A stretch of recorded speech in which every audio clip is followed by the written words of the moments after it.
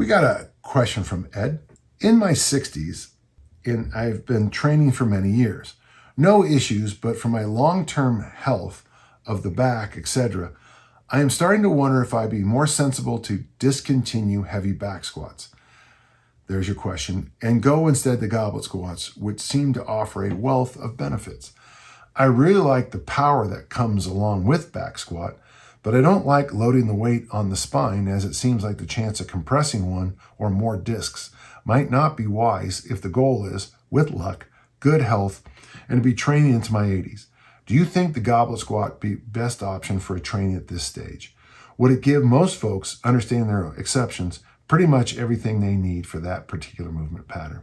I actually think so, yeah. Now listen, there's the back squat crazies are going to come out and be all angry about this. But, I've never seen a real straight line between increasing the back squat and, for example, the discus going farther. In fact, in my case, as I drove my back squat up, my throws actually went down.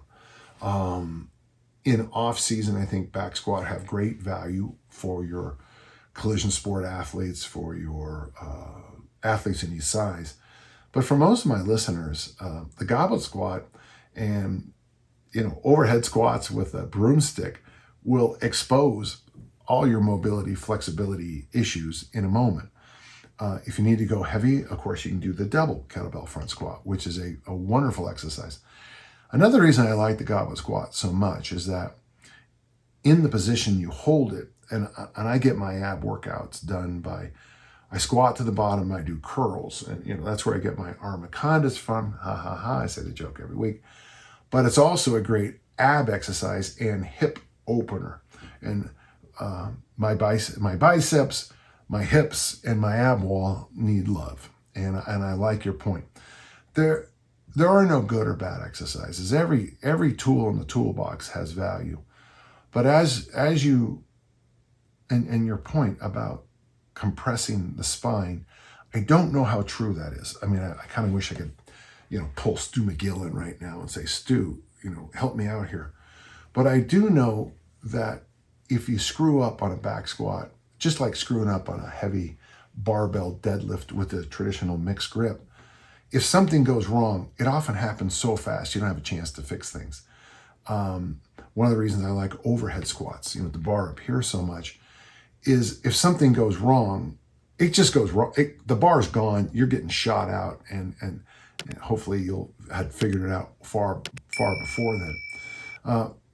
I've never seen anyone walk into the gym and just, toss on 4 plates and then kick it up and start doing overhead squats. Overhead squats insist that you take longer warm up. You have to check in with every bit of your mobility, every bit of your flexibility before you put much load on at all. But with the back squat, you can kind of jump in kind of in a fury and get going and maybe make a mistake. So I agree with you. Now, for those of you who can read the comments about the back squat is the only exercise you should ever do and all that, that's great. But Ed has a very specific question here, and I'm answering Ed's question. There is a time and a place for the back squat. Fortunately, I had good coaches. Dick Notmeyer had me front squat for years, and then one day said, let's back squat, and I had forgotten. But all those years of front squatting, it was very easy to back squat.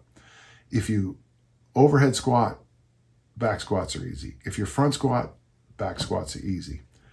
If all you do is back squat, it's really hard to overhead squat and front squat because of the mobility, flexibility, and the other strength issues that are sometimes overlooked. Good question, and let's get goblet squatting, folks. Thank you.